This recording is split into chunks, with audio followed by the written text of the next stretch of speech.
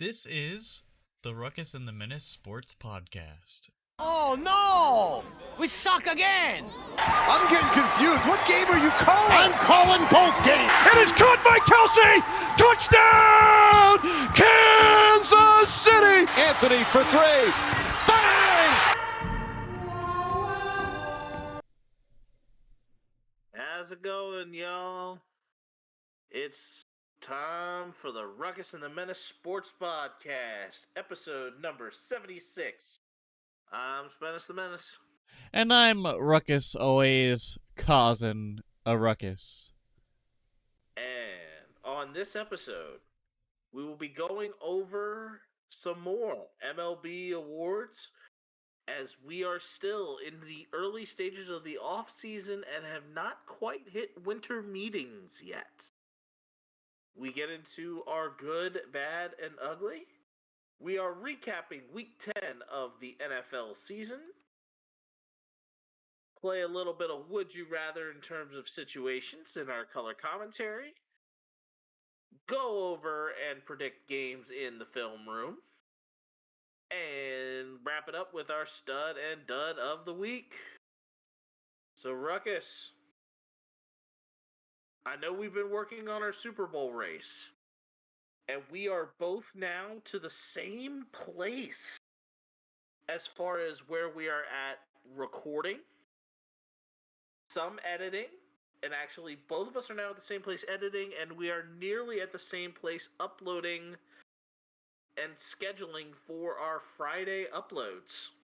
That is for sure. I'm excited to try and see how far I get and see if one of us gets the Super Bowl.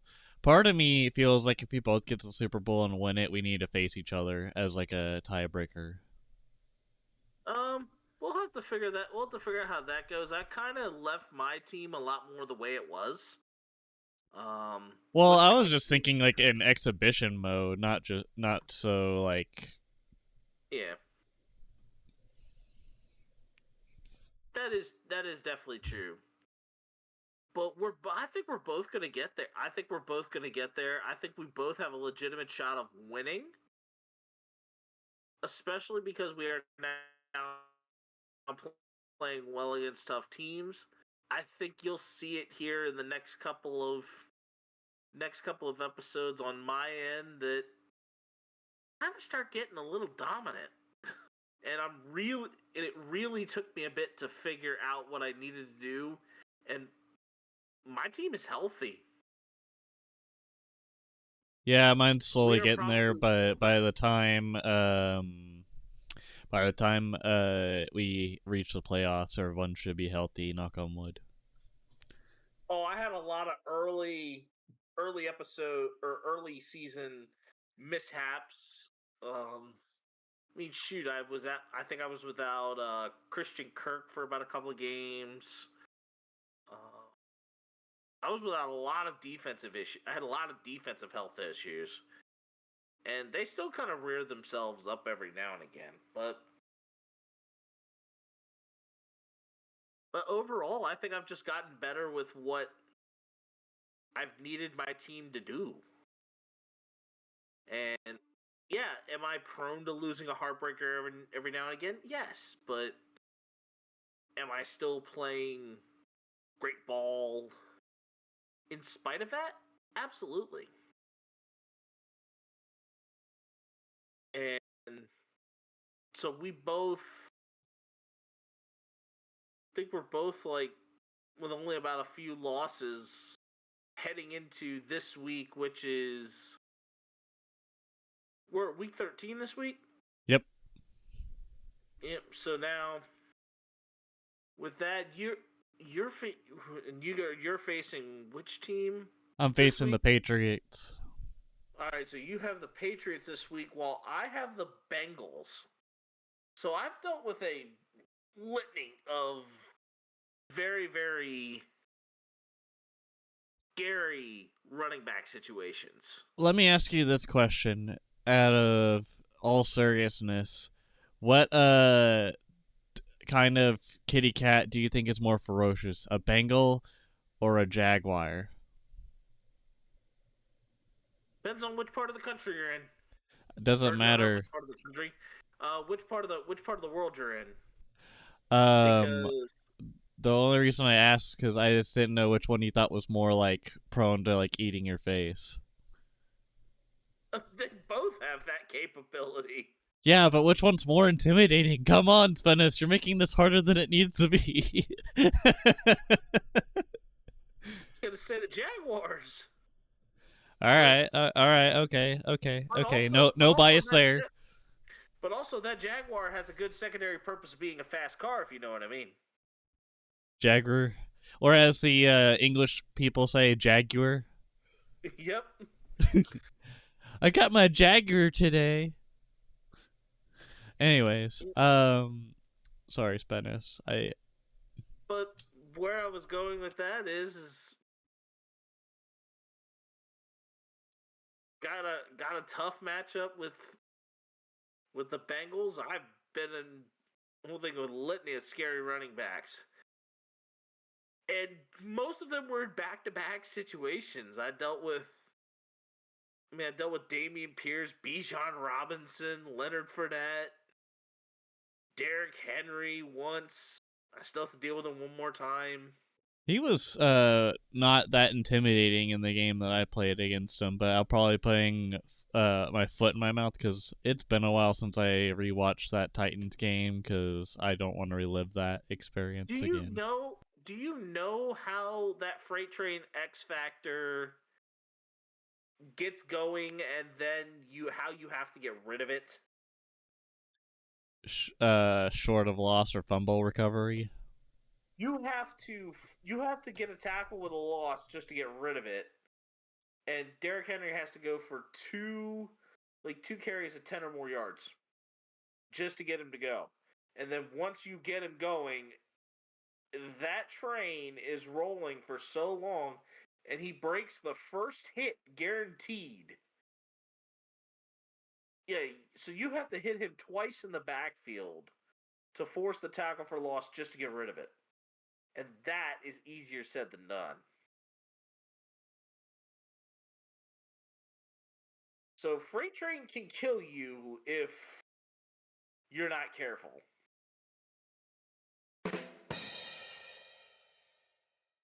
So, but beyond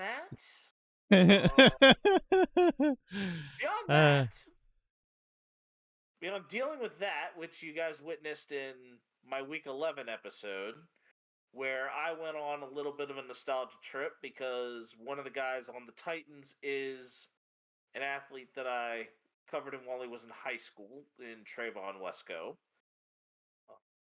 Did have a little bit of that involved on the back end of because I wanted to have it. Because I wanted to. And it's not often you really get to also have really good ties to some players that were that are now in pro sports. It's not often you get it. And I have now had that with at least, especially those that have done some NFL work now. I've now had it twice. Tyson Bagent.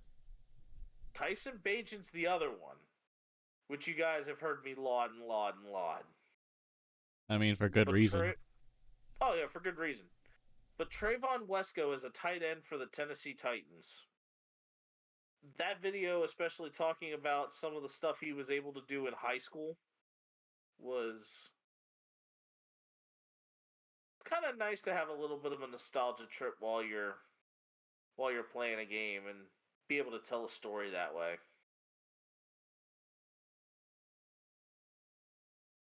However, some other things that I've gotten into, other than preparing Super Bowl race videos, my wife, my mother-in-law, and I did get to go see the Marvels this weekend. And I will not spoil anything just in case you're deciding to go. I am okay. I don't agree with the fact that Brie Larson is a superhero. in these movies, and she comes off as like kind of a like douchey human in the first one that I saw of her in the Avengers movies, so I could care less. That's just my opinion. Yeah, I mean, the Marvels was alright. Like, it wasn't like, for me, it was like, is it peak Marvel? No. I think Marvel is just kind of, there's something missing. But I've also enjoyed playing Super Mario Brothers Wonder, who did just get nominated for a Game Award. And not just one Game Award, at least a couple of them, including Game of the Year. So that's exciting. So that was exciting, and so far from what I've done out of that, it's been a lot of fun. It's been a lot of fun and a little challenging. And I'm only in the first, and I'm still on the first first world. Or no, I just transitioned to the second world. It kind of makes it feel a wonder. Yeah, man. Like, if you've actually seen any gameplay on it, it is very interesting and different things with different variety. And I don't hate it. I don't hate the variety that they bring. It makes the game feel alive and brings new experiences to the side-scrolling platformer. And then I've been watching The Big Bang Theory as well. Penny, knock, knock, knock. Penny, knock, knock, knock, knock. Penny, knock, knock, knock, knock. Or Bazinga. Especially in the ball pit. Yep. But Ruckus, what all have you done outside of the Super Bowl race? Um, so I've been trying to get into older games, but also just playing through some stuff that I picked up on Steam. Um, I think once I do the Resident Evil 4 DLC that I'm currently playing called Separate Ways, I was gonna try and look back into Cyberpunk 2077 and try and play through the uh crap one I think it was like The Phantom Liberty stuff? yeah, thank you for saving my ass there. I'll probably play through that. I've also kind of want to do like a little playthrough, just replay through in general, because I played back when the game first launched, like 2 years ago, and or 2 or 3 years ago now, and it was not in the greatest state, but I was able to still play it, luckily. But anyways, the Resident Evil 4 DLC that I've been playing is called Separate Ways, and it's Ada Wong's part of how it's like her way of her point of view of the events that happened in Resident Evil 4, as you play this secret agent Asian lady that shoots a grappling hook and has karate powers and is awesome. Would recommend playing the DLC. $10 on Steam, not bad. I think I'm So is almost it through that. so is it worlds apart from the main story? Um, did you ever play Resident Evil 4? Where I'm picking up or catch where I'm putting down. Um, See where I'm going. it's so yeah, it's in the same universe as it's in the same story universe. It's just that it's kind of like a way of how Ada's perception of it was versus how Leon Kennedy and Ashley's uh, perception. So like certain events in the game, like the church bell buzzing in the beginning of the game, and other things that have happened in the game, which I'm not gonna really spoil. Um, yeah, I've been just kind of catching up on that. I saw that Watch Dogs was on sale on Steam, and decided to pick up the first game and the second game. They were both on sale, and it was about $20 total for that for both. For which game? For Watch Dogs and Watch Dogs 2. So they had the gold edition for like $12, and then Watch Dogs with the season pass was like $5 or $6. So in total, I spent about $20 possibly on the Watch Dogs franchise. I did not buy Legion because I had it on Uplay, and that game should have never been made. Sorry, not sorry. They made for those who have not played the first two Watch Dogs games and then go into Legion, you're gonna be like, this is dumb. Because they make it to where it's more open for people to be agents, because everyone that isn't an agent, or everyone that was currently an agent at the time, was arrested. So they were trying to recruit more people, and the way they did it kind of was weird to me. It was a different change. Go ahead, Menace. But yet I am now completely unimpressed at how you kind of missed a music reference I was going with in talking about Worlds Apart. When you were talking about Resident Evil 4. Yeah, that probably started I don't know. You didn't catch the Journey reference?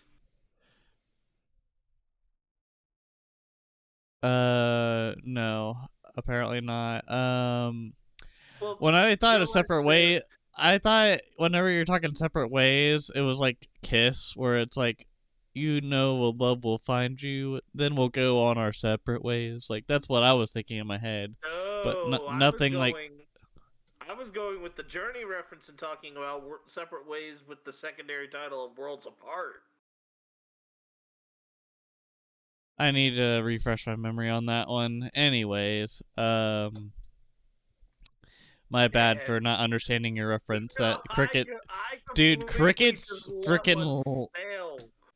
Like, that just sailed. It sailed and sailed. And God damn it! What's the name of that one? What's the name of that band that sings "Come Sail Away"? Well, that's I think that's Styx. Yep, they were like all like, "Come sail away, come sail away, come sail away with me, lads." Yeah, I have a pretty good voice for singing, even though my voice is kind of deep. Anyways, we've gone our separate ways with this topic, and I'm going to end with saying that I've been watching the highlights of the Shuttlecock series for the NBA, aka the in-season tournament for the NBA. And we will get a little bit more into that right now as we go into the starting lineup. Damn, we really went our separate ways there. No, I just kind of used your getting into the Shuttlecock series as a segue. All right. So, what are your thoughts on the uniforms and the floors? And how they actually look with people playing on them? I think besides having like different uniforms and different looks of the courts, what really matters is how the performance of the players is. Because here's the deal. The only reason I make the joke about how most of the time when you see like an NBA player playing in the regular season, they don't really play defense, that's because most of the time people joke about how they don't play defense until it really matters in the playoffs. Well, there's an in-season tournament, which in theory that would kind of be like a playoff atmosphere, or at least people would want to try more. It's kind of like the March Madness, where it's like, okay, March Madness is a tournament that happens in the spring around like mid-March to early April. Where a bunch of And college basketball players are playing win or go home college basketball. right. And but in this sense for the NBA, don't they do best of threes, or is it just like whoever wins wins? It's a round. I think it's a round rob. It's a round robin, very similar to The bubble. what like yeah, like what I think what Europe does with their Champions League. Because I watched a little bit of the highlights. I didn't look too much into it, but I think it'll add an interesting change of pace as far as how things run with it. But I am gonna give it probably another few weeks, just give my honest opinion about it. But right now, I think it's probably paying dividends for itself in the long run. I just don't know if they're going to go with this long term, depending on how much it does in sales, and also how much the players enjoy it. Because at the end of the day, not only does it have to give great fan appeal and bring up ticket sales and uh, publicity and just viewers, I feel like it also has to help like give player morale, because the players could be like, oh, this sucks, like we don't want to do this, and then at the if the association is like, hey, we understand you, we're gonna like limit this more,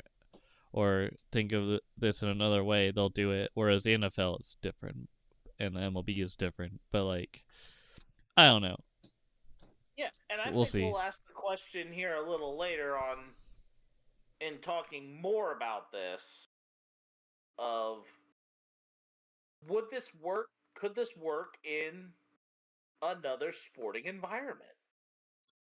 And that could be something that will kind of leave you guys wrap your heads around that question while we go into some MLB awards.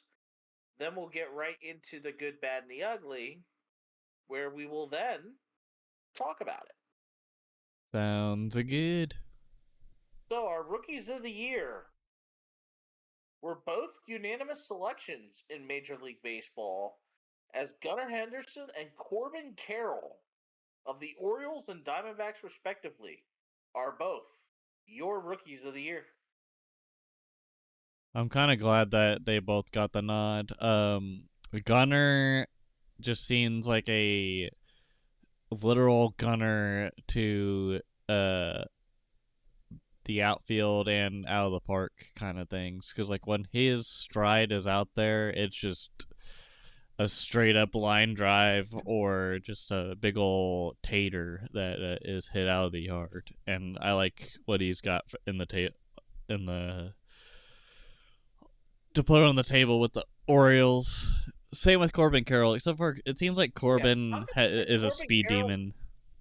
Corbin Carroll is a little more of your standard one or two hitter in terms of contact, getting on base, stealing bases, speed, power, defense. Corbin Carroll has shown more so throughout the entire season why he has earned his place as Rookie of the Year. And it even translated into the World Series, where he was a little more key in getting the Diamondbacks there. Him and Ketel Marte for sure. Oh yeah. And now we go to our Silver Slugger winners. Of course, the Platinum Glove winners for the AL and NL were, for the AL, Andres Jimenez, and for the National League, the incredibly undeserving Fernando Tatis Jr. Imposter, he's sus. Meow. AKA, I agree with you, Spanish. I just wanted to add that little bit of unneeded drama. No, I completely knew where you were going with the friend. Like Among Us. I was really fighting it I was fighting not laughing because that was so good. You're welcome. All right, you want me to read them off? The Silver Slugger winners. Well, which one would you like to read off, the AL or the NL? Can I do the AL? And also, I would like to also say that I'm gonna read off the ones that got their first Silver Sluggers because I feel like they deserve a more of a praise compared to the people that have gotten it before. Yep. So, for the AL, your catcher for the Baltimore Orioles, it's your boy Adley Rushman with his first Silver Slugger winner or Silver Slugger win. And then in the outfield for the Chicago White Sox, you have Luis Robert Jr. as he gets his first as well Silver Slugger win. And then for some reason, I feel like this man was left out many times, but Kyle Tucker of the Houston Astros gets his first Silver Slugger win. I find that hard to believe because this man is too He can good. hit. He can hit. And last but not least, if you're not first or last, Gunnar Henderson of the Baltimore Orioles getting his first Silver Slugger win. Also, the other winners in this list that I have not. I'll get to the NL. Yep. Yandy Diaz of the Rays, Marcus Semien of the Rangers. So Yandy at first, Semien at second, Corey Seager of the Rangers at short, Rafael Devers of the Boston Red Sox at third base, Julio Rodriguez, another outfielder for the Seattle Mariners, and then Shohei Ohtani as a designated hitter for the Los Angeles Angels of Anaheim. All right, Spence. All right, so our only two first timers were at catcher and at first base for the NL. At catcher, William Contreras earned his first as a Brewer, and Matt Olson, who I could have sworn had gotten an AL Silver Slugger. I don't know if it nope. was. I don't think he was consistent with the or not Angels, with the A's. Absolutely. Well, I think there were too many. But it was due to too many. I think it was too deep a competition because you're dealing with Vlad Jr. You're dealing with a whole bunch of competition there. Yeah, and that Matt too. Olson getting traded over to the Braves helped him get his first ever Silver Slugger. At second base, we have Luis Ariz from the Marlins. At shortstop, Francisco Lindor getting one for them as a member of the Mets. At third base, Austin Riley from the Braves. Our outfielders are Ronald Acuna Jr., Mookie Betts, and Childish Bambino, Juan Soto. At designated hitter, Bryce Harper of the Phillies. And the utility is Cody Bellinger of the Cubs. I honestly think Juan Soto is an surprised. imposter as well. Why? Because you didn't think he deserved it? No, I think he totally didn't deserve it at all. He has been pretty, should I say, terrible as a Padre. Yeah. And I almost think that next year, Bryce Harper will be out of the designated hitter position. Because the Phillies have also decided to move forward from Rhys Hoskins. So Probably, yeah. Bryce Harper will be playing more games at first base. I don't know if that. Which will open the door for Kyle. I can't hit above the Mendoza line, Schwarber. Do you think this adds more competition for Bryce Harper to for Silver Slugger for next year for first base? It makes first base more competitive. You've got Olson, you've got Goldie, you got a couple of different major first basemen around, and adding Bryce Harper to that slate does make it a little more competitive.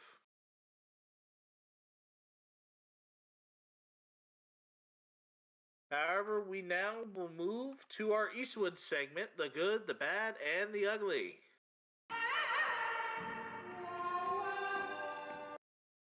All right, and you just heard a automated version of that. That is right. I switched things up because I don't know. I just got tired of Menace giving me crap. So here we go. All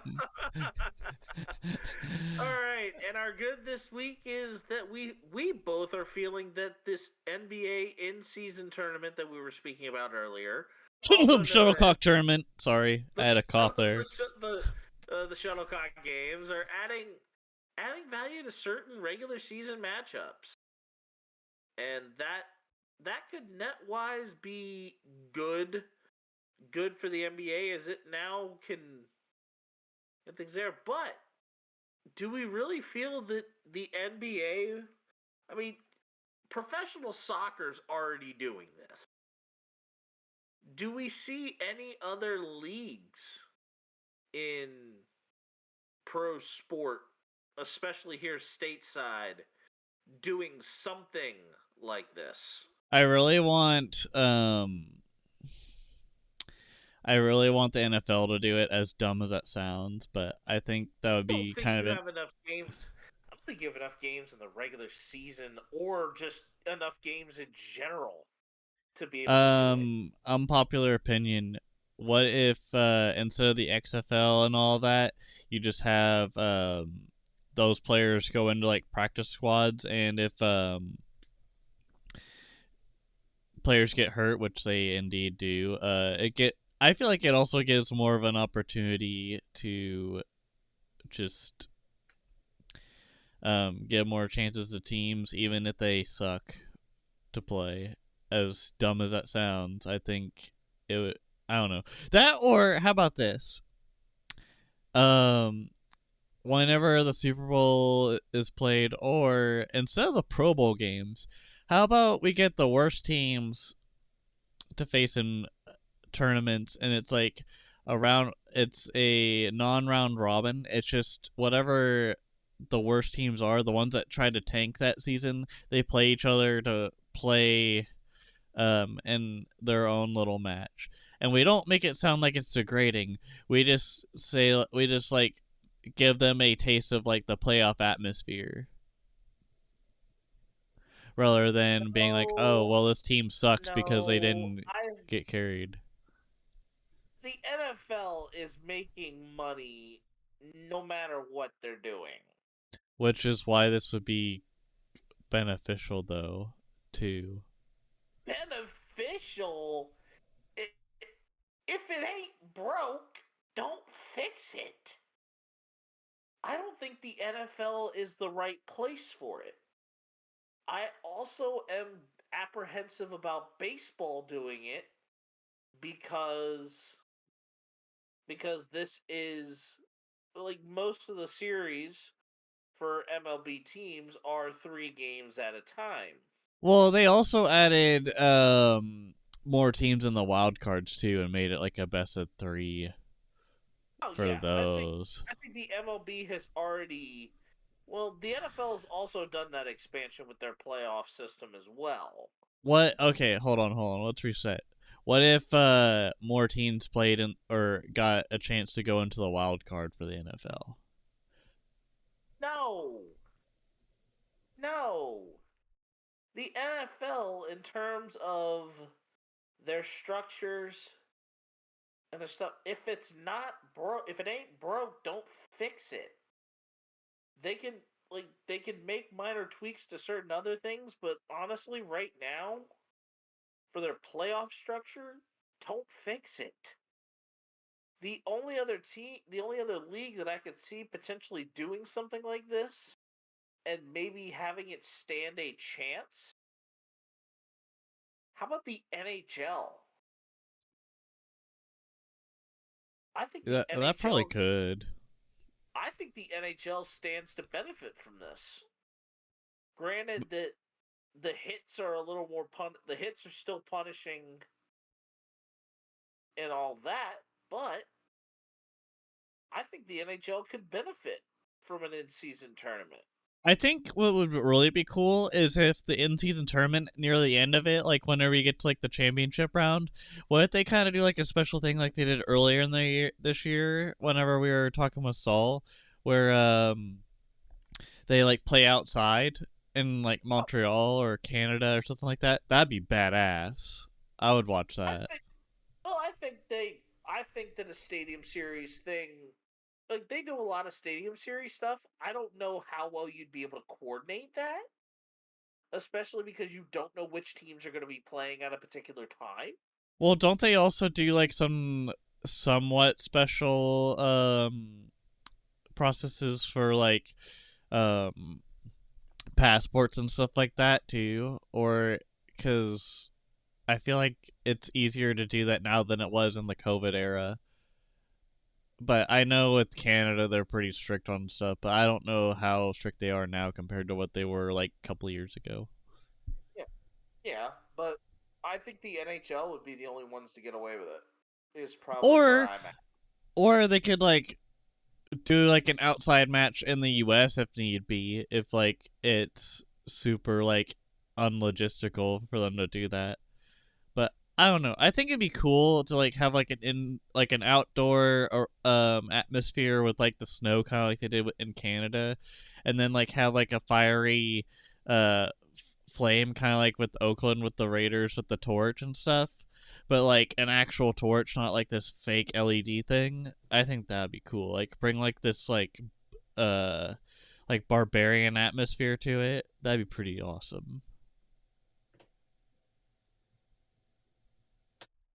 I mean, I completely get it. You don't really like more so. I'm talking the mechanical structures of making that work is more Yeah, so where I was at. I'm with you. Not so much the hows like you're discussing. Yeah, Those bridges can be crossed if it ever gets there. I understand. Yep. And then the not so great is unfortunately that Kelly Oubre Jr. was hit a Sixer, I believe it was a Sixers player that or another player in the NBA was hit by a car as because he was a pedestrian.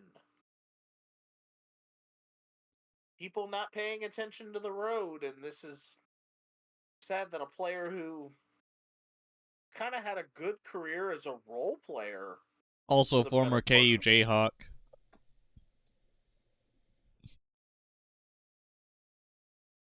it. But I feel bad that that's kind of been the thing for him. And then the downright ugly in sports this week involves Jim Harbaugh appealing the sign stealing sanctions as Michigan is trying to get him on the sideline for another college football playoff appearance. Like why haven't we already gone through and just said, "Hey, Michigan, you're not getting into the postseason"? Why hasn't a postseason? Jimison. Sorry, I was channeling Jimmy Neutron's father in that sense when Jimmy gets I grounded. knew where you were going with that. It was just Not a it good was one of time. those things where it was like it was not a good time because I'm like, if you're trying to impose sanctions on this, and they especially happened this season, strip them of playoffs. Like make this whole season not matter. I mean, is it gonna suck to rip that right out of the hearts of the maize and blue? Absolutely, but it's cheating. It. I mean, they basically cheated in a way. And yes, is it really is it cheating or is it just frowned upon? Most of the time, sign stealing is just frowned upon unless you do it in the right methods. But with them filming it and all that, and pulling a Spygate along with it, yeah, they should deserve a multi-year playoff ban.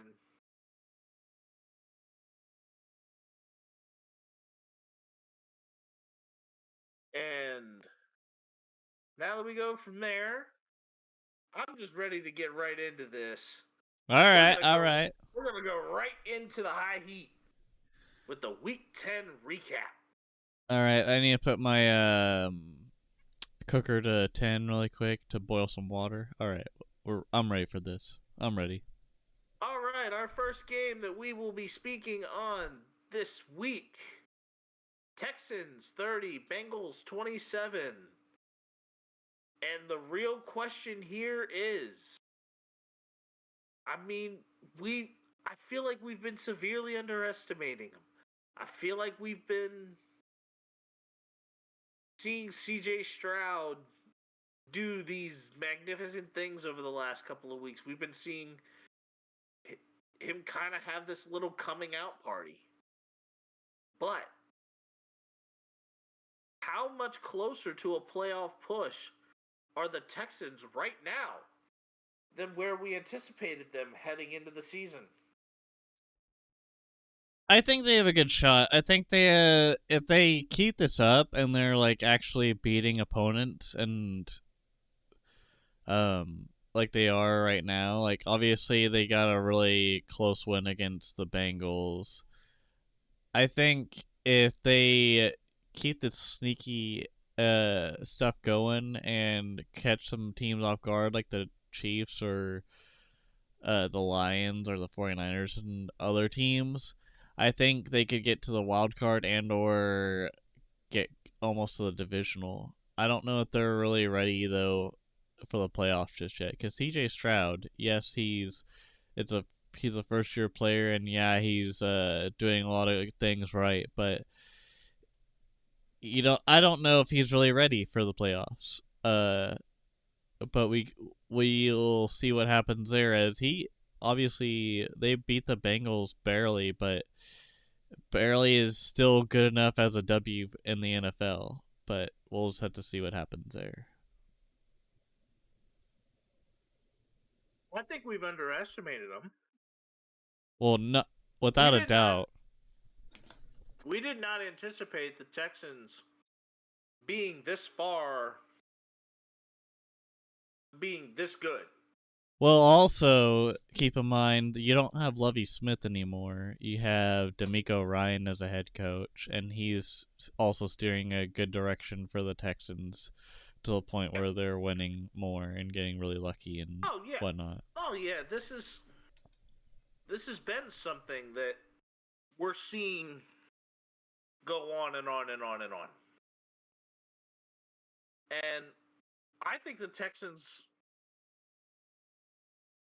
are closer than where we anticipated.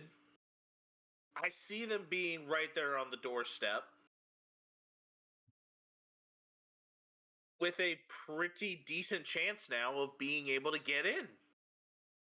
I think the AFC North, or I should say the rest of the AFC North, may have something else to say about it. But they're the second best team in the AFC South right now.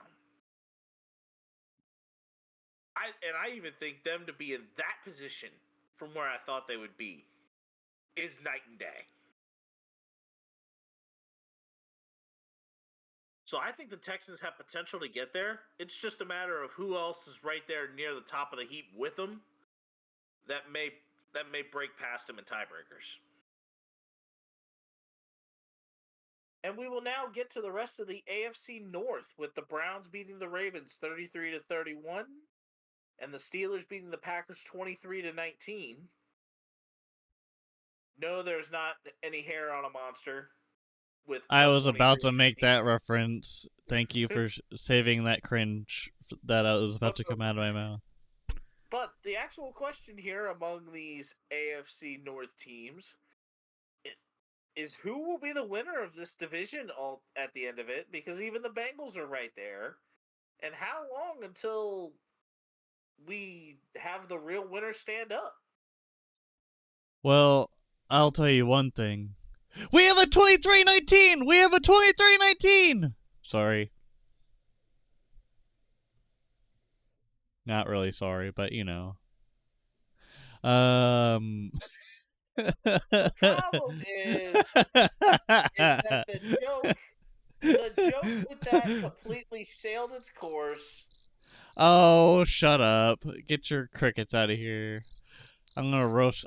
Dude. I'm gonna bake those crickets. You won't be able to use those. You won't be able to use that anymore.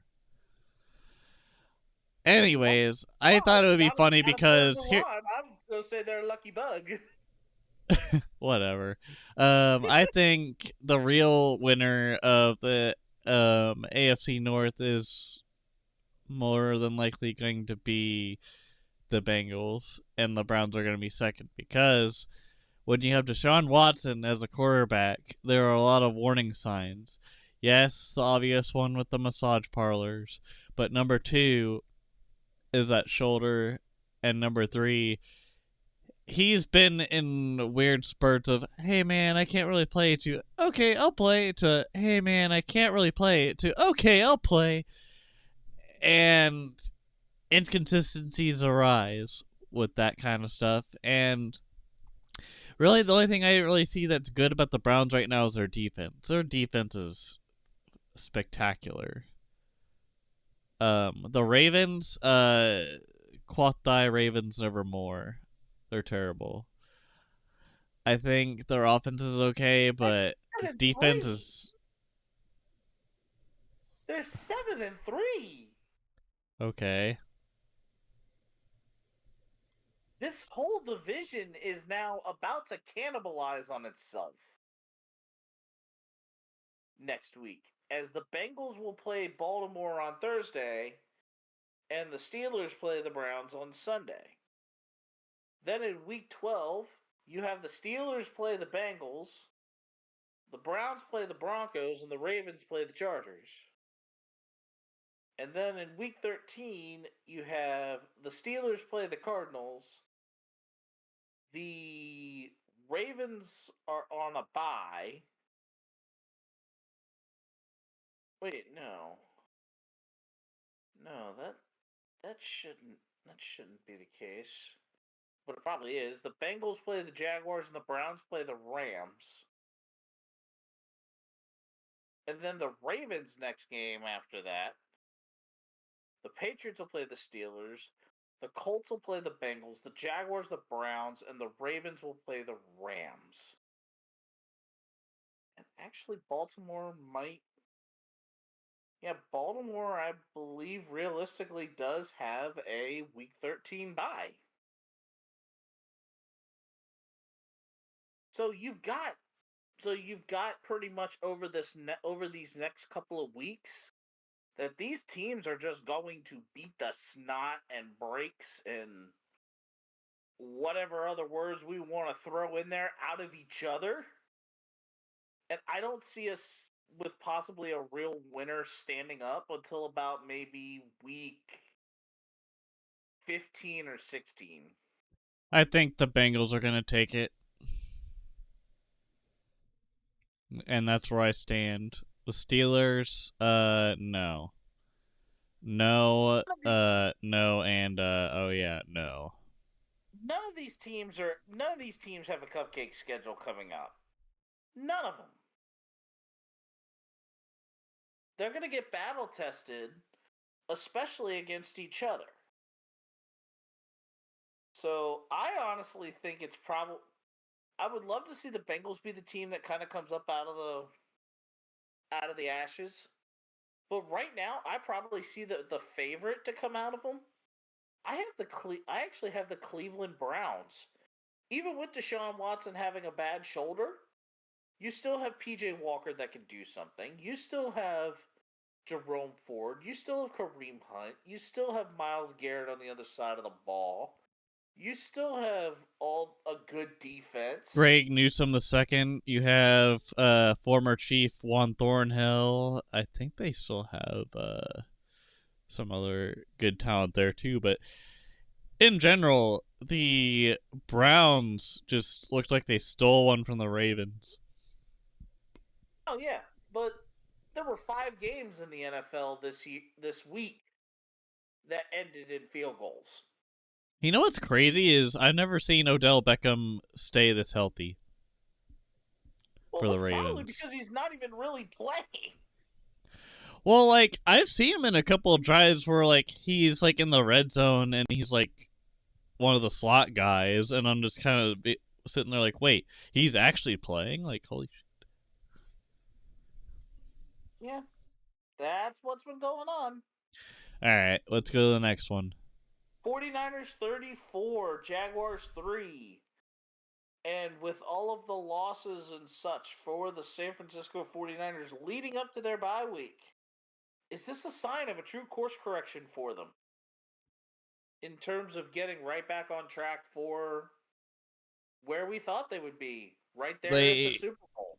they need to stay healthy to make that into reality. The Jaguars right now, they played a team that wanted to prove themselves. Obviously, that they are that team, and I think if they continue their dominance like they are, like they did to the Jaguars, I think um, they're showing some good signs of it.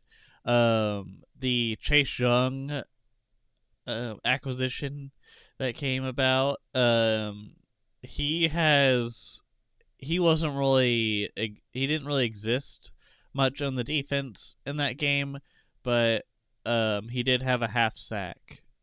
But like I said, he didn't really exist much in that game.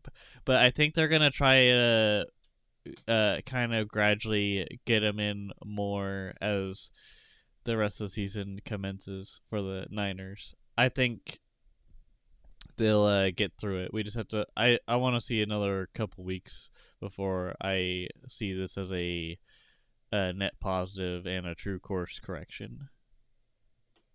If the Jaguars are going to correct course out of this, you need Trevor Lawrence to not come out of a game like that looking smaller than mini me. Yes, you just heard me say that right. If the Jaguars are going to play better and be an AFC South champion, Trevor Lawrence needs to come out of the tunnel not looking smaller than mini me. Does he have like the pinky like this next to his mouth? And then jumps on Austin Powers?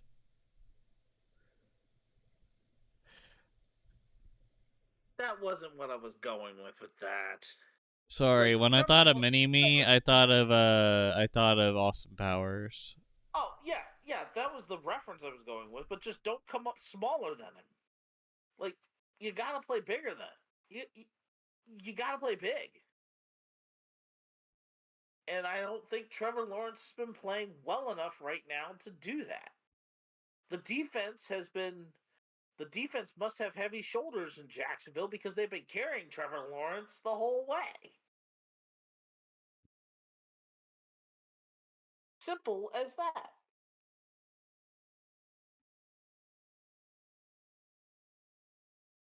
We now get to probably one of the highest scoring games of the week. Lions 41, Chargers 38. Was this game an instant classic? And which team do we feel came out of this as the bigger beneficiary of the final result? I think the no shit Sherlock answer to this question for the bigger beneficiary would have to be the Lions, as obviously they won the game. But I think this is um a good correction for the Chargers because this tells them, okay, we need to do better when it comes to just how we do things as a team, like clock management wise. Was the game an instant classic? To be honest with you, I didn't even watch the game.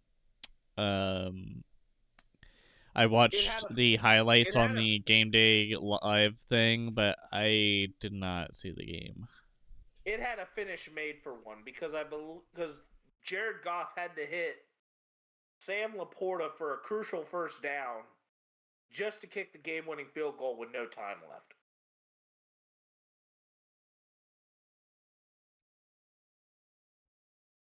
Okay. Yeah. Yeah. I would say it's definitely a classic then at that point. But I believe that the bigger benefit could end up being if the Chargers end up choosing to let go of Brandon Staley, it could be a big beneficiary for Kellen Moore. The Lions benefit, but the Lions have been benefiting like this all year.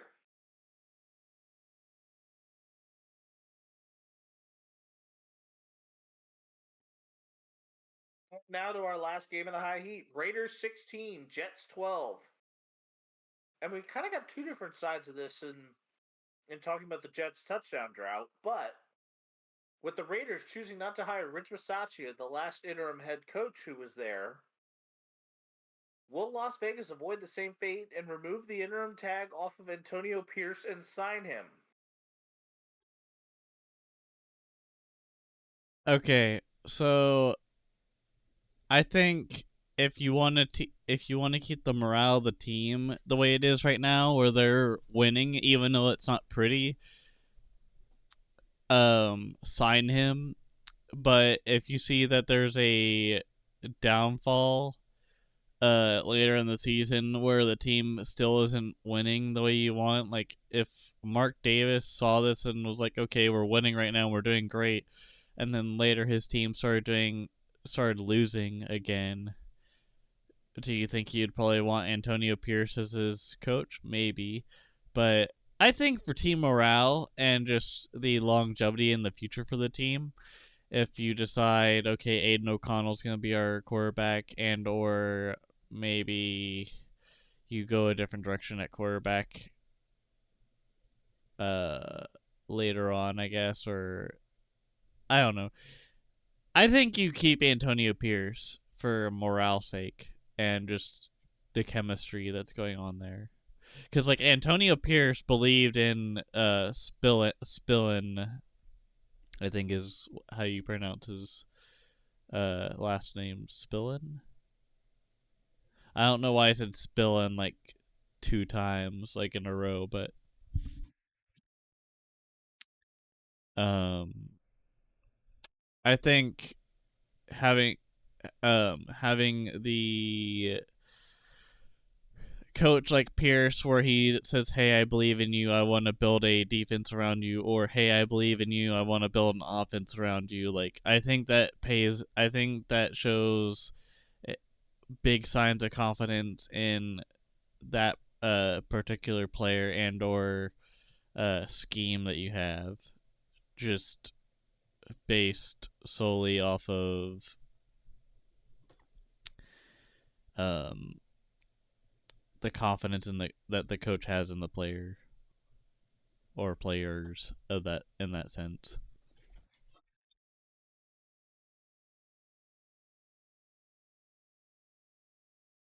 Yeah, I mean, I I think that if the Raiders were, if Mark Davis were smart at the end of the season, if the team is fully behind what Antonio Pierce is doing, remove the tag, get him on record. Record does not matter because the record will eventually take care of itself. Especially if you've got a team that's all in.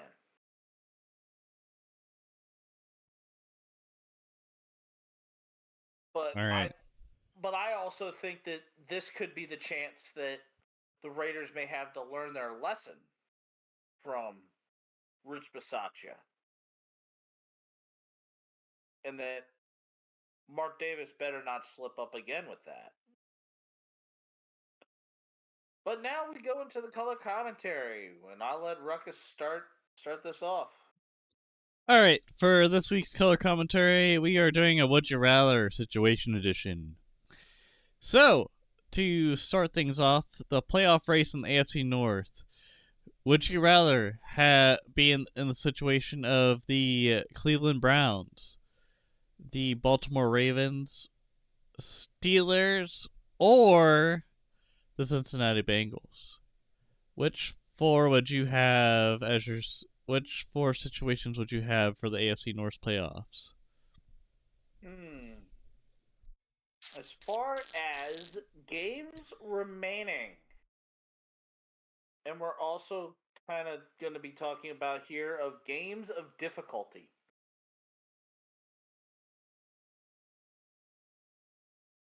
In the next 3 games, Cincinnati has Baltimore,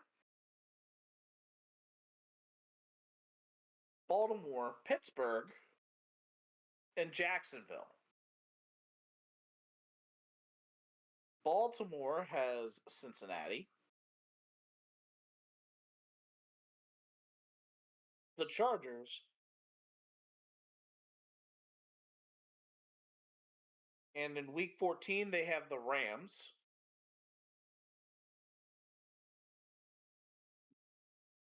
The Steelers have the Browns, the Bengals, and the Cardinals. I think if you're talking the next 3 games to really set yourself up, I think the best situation is right now the Baltimore Ravens.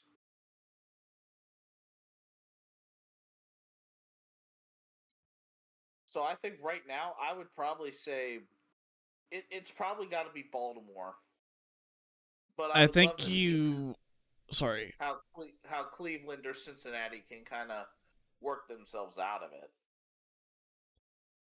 Alright, I think we know what I'm going to say about this. I'm going to go with the Bengals as You're taking their the situation. Bengals. Because, yes, their T. Higgins is out with an injury. They have Irwin and they have Tyler Boyd. They have Jamar Chase. They have all these weapons, and you also have Mixon. I think they stick it out in the end. And if you can beat the Bills, you can beat about anyone. And they made the Bills, let's just say, um, the Bengals asked "Who's your daddy" to the Bills whenever they beat them in the divisional round to get a rematch or a defending reigns against the Chiefs last year, and they beat them again this year. So I think it's a "Who's your daddy" scenario with the Bengals over everyone in the AFC North. I think the Ravens with Lamar Jackson, yeah, he gets a bit lucky here and there, but he is prone to get hurt. And Tyler Huntley as your backup, I don't know about that, Chief. He needs to stay healthy. The running backs need to stay healthy. They've had injury troubles in the past. I don't think it's happening, son. I don't think it's happening. All right. Yeah, AFC South race. Well, I think that Tyler Huntley he's shown in years past that he's capable. So I think that the Ravens also probably have the most stable situation of backups. So that's why I was going to say I think the Ravens probably, in terms of schedule, game situation, if anything happened, game stability, especially with who they're playing, they're capable. But I'll let you roll on asking the question of the AFC South. All right. AFC South race. Would you rather be in the situation of the Indianapolis Colts with Gardner Minshew and company and Jonathan Taylor, or the Houston Texans with C.J. Stroud, Tank Dell, and Noah Brown, I believe, also on the Texans? Think of the Texans here. They're I young. They're I agree with hungry. you. I agree with you. They're young. They're hungry. They're playing great ball right now. I They're think the playing Texans are definitely easier to pick because of their ways of playing currently, whereas the Colts are still struggling. And they won by just scoring a touchdown against the Patriots in Germany. So I think it's a no-brainer for the Texans. They beat a team that actually gives a damn about winning. Now we have the NFC Middlers.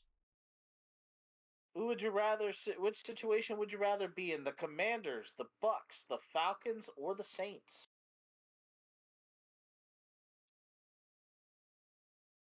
Which situation out of those four? This one's kind of tough because I'm between the Commanders and the Bucks.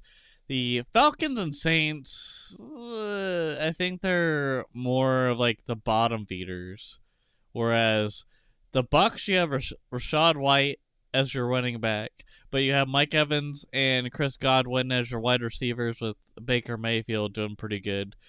But on the Commanders side, you have Sam Howell, you have Scary Terry, you have Jahan Dotson, you have Curtis Samuel when he's not having a foot injury, and then you have Logan Thomas and many others. And then your running back Brian Robinson Jr., Antonio Gibson, and I feel like I'm missing one. Brian Robinson? I already said that. Brian Robinson was the first one I mentioned, and then it was Antonio Gibson. I'm trying to figure out if there was a third one. There's somewhere. Chris Rodriguez, but I don't think he's primarily doing a lot of the running back responsibilities. Okay. But also the honestly, Bucks have been kind of inconsistent, so I don't know. That's why I'm kind of like, I feel like the Commanders would probably be a good situation to be in, even though Ron Rivera. But anyways, we'll get to that here in a bit. Go ahead. Yeah, but your next three games for the Buccaneers, you have the 49ers, the Colts, and the Seahawks, and the Panthers.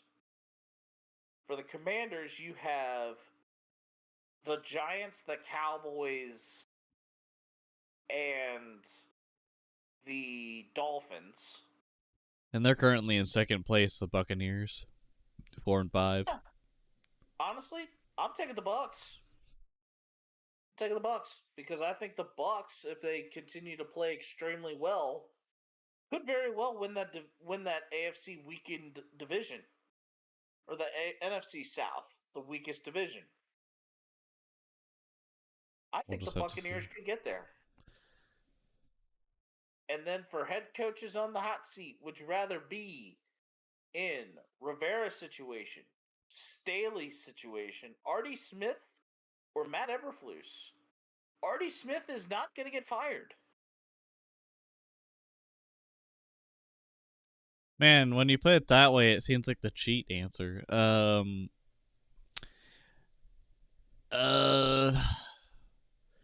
I think, in a sense, if I was any manager, I'd probably go, because hasn't Artie Smith been the coach for the Falcons for like a couple of years now, at least like 2 years? I think this is his second season.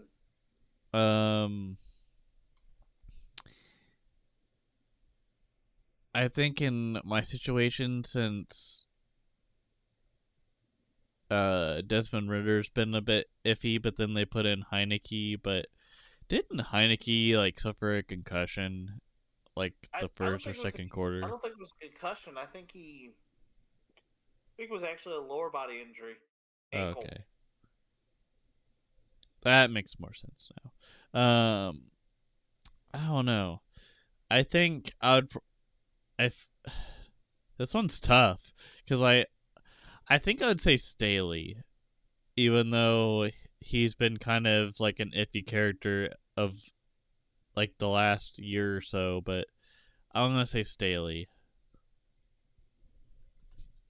I honestly would say, if you're looking for the job security already right now, it's Artie Smith. But I think that I think for me it's probably Rivera, especially if they can manage to find some way to turn it around, kind of right the ship a little bit. And don't they still have Jack Del Rio as their offensive or defensive coordinator? he is the defensive coordinator, and he is also, I believe, his seat is burning up right now. Well, especially with the legal stuff that was going on beforehand. Well, there was those issues, but I think that he just hasn't been coaching well, and his style is not quite working with the team. And now we move on to the film room. We do not have many games this week because next week is going to be jam-packed. So we kind of have to make it a little bit more on the economy of it. But we got some games that matter. And the question is, who you got? Tennessee, Georgia. I'm gonna have to say Tennessee. Against the number 1 team in the nation? I gotta go with them dogs. Because they're absolute Dogs. I love that. Yep. With Pat McAfee. I am taking the Georgia Bulldogs. All right. And then we had the Sunflower Showdown. With K-State Kansas versus and KU. Kansas State. I'm gonna pick Emaw, every man a Wildcat, the Kansas State Wildcats. I am also going with Kansas State here. And then for 2 points, Utah versus Arizona.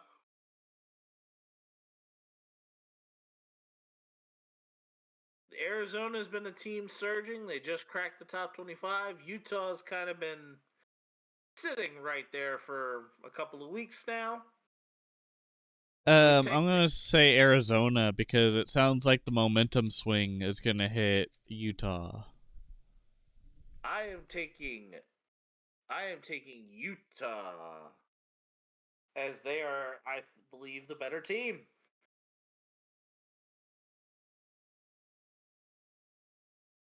And now in the NFL for our Thursday night Amazon Prime game, Bengals Ravens. I'm picking the Bengals. As you also picked the Bengals, even though you literally just talked about how you think the Ravens are gonna do it. Here's the thing. I was talking over the next 3. That next 3 does not necessarily mean that this game here against Cincinnati is a victory. Don't get that twisted. I'm saying that Baltimore's favorable portion involves going up against the Chargers, having a bye week, and then moseying on down and taking on the LA Rams over the next 3 games. So I am not thinking just on this week where I think Baltimore will lose. I'm thinking further down the line and thinking about 3 weeks ahead of where you're thinking right now. I am going to take the Bengals this week, though. I was just giving you a hard time, but yeah, I see your logic. And then for 2 points, it's Bills. I am taking... We didn't talk about Steelers-Browns. Oh, Steelers-Browns? Oh, yeah, we both picked the Browns. And then Jets-Bills, I picked the Jets because Josh Allen has struggled against the secondary of the Jets every time. It doesn't matter how many times he's struggled every time. Even against the Bengals last week he did it, and I think the pattern's going to keep repeating itself against the Jets, so I picked the Jets. All right. Spennis. I'm taking the Bills. I think they're getting this around. And all right, Spennis. We also will be in agreement in talking about the Buccaneers and 49ers, so we will just leave it at that. However, we will go right into the big Kelsey game in the Eagles and the Chiefs. Menace. What are we gonna do with you? Alright, for 5 points, it's Eagles versus Chiefs. And I picked the Chiefs. And as always, it was not new news in where this was going. I'm going with the big sexy Batman and Jason Kelsey and the Boo! Eagles.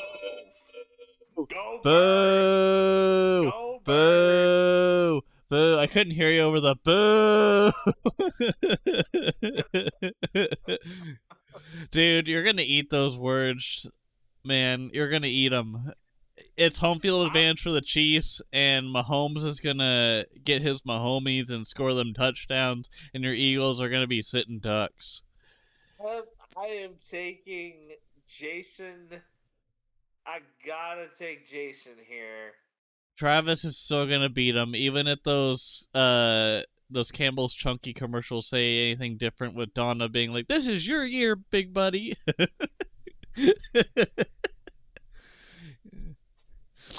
I think there's something different about this Eagles.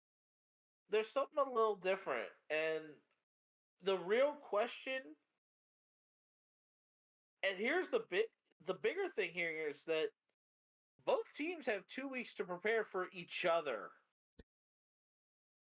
Here's another thing. I think so on your end, the run game is probably going to be harder to stop because our run defense is still not the greatest, even with the defense we have. But also, we don't have Nick Bolton, so it could be a different story for that. But I don't know how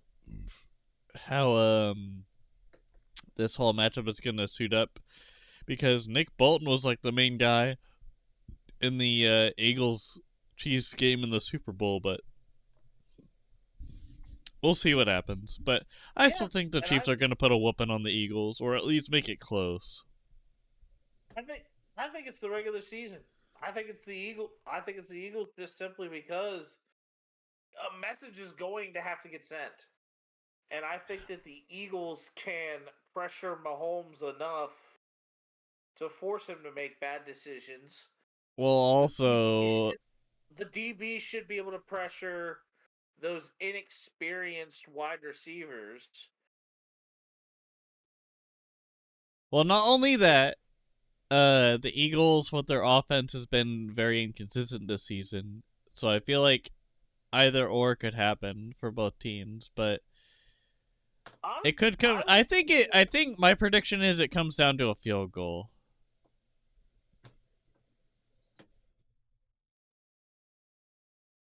I mean, and the Chiefs are technically 3-point favorites, so the Eagles are the underdogs here.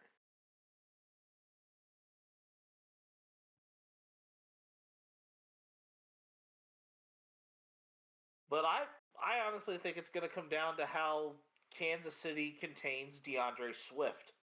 Yeah, that's what I was about to say. And they still have Boston Scott, right? Or did he go somewhere? I think you still have Boston Scott. They still have Kenneth Gainwell. And you still have A.J. Brown, Devontae Smith. You have Julio Jones. Well, and Dallas Goedert's still there with a forearm fracture. So there's a couple of scary situations. But now we go into the Week 11 wild card lock. Which one have you chosen, Ruckus? I am picking the Dolphins to win over the Raiders, as the Dolphins had the better defense against the Raiders. The Raiders have Max Crosby and maybe one other guy and Spillane. I think the Dolphins probably keep it close still against the Raiders, since the pass rush of the Raiders is pretty good against the Jets. But I still think the Dolphins win.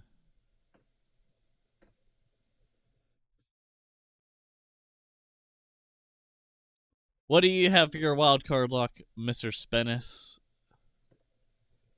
I am taking the Houston Texans to keep their momentum rolling with a victory over Arizona.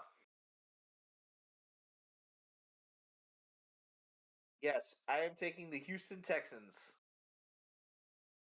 I honestly think you have something going there because Kyler Murray. Who did he play last week? Atlanta? I think the Texans are going to be definitely way better than Atlanta, so it'll be a true test for Kyler and the Cardinals, but we'll see what happens. The NFL has some weird spells that happen where a team that looks like they're going to be terrible ends up being a team that should have won and or was touted to be good, but then loses to that team. So we'll see. Anywho, let's get to our studs and duds. Yep.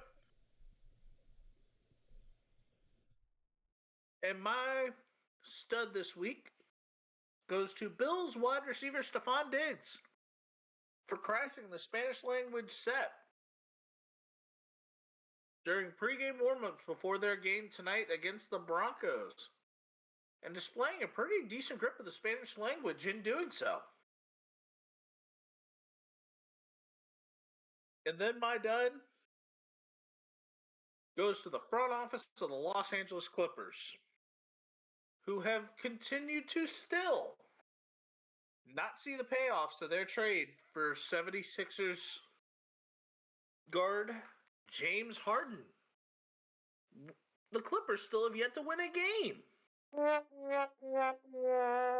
Since Mr. Iso Ball has decided to, well, wait a minute, not Mr. Iso Ball, Mr. Iso Beard has chosen to join them in the form of a trade. You like that added sauce? What, the Mr. Iso Beard? No, the sound effects. The bear. I did the bear, and then the LA Clippers thing when they did the trade for Harden. It was wow, wow, wow, wow. But then I also am going to say that an honorable mention in terms of the good side of it, CJ Stroud, in talking about baseball, he looks and says it's like, oh, football players want to be basketball players and basketball players want to be football players, but we all want to be baseball players, in respecting how difficult the sport of baseball is. To me, I saw that quote from Stroud this past week. I looked and I just thought, I'm like, have I ever seen a pro athlete like CJ Stroud just in how he speaks and what he kind of talks about with different things? It's hard to find another athlete like that in terms of a pro landscape, other than guys that you would know personally that just get it. Patrick Mahomes, Derek Jeter. Yeah, but still, even with that, it's like you still run into that like a dime a dozen. Like they're still not that easy to find.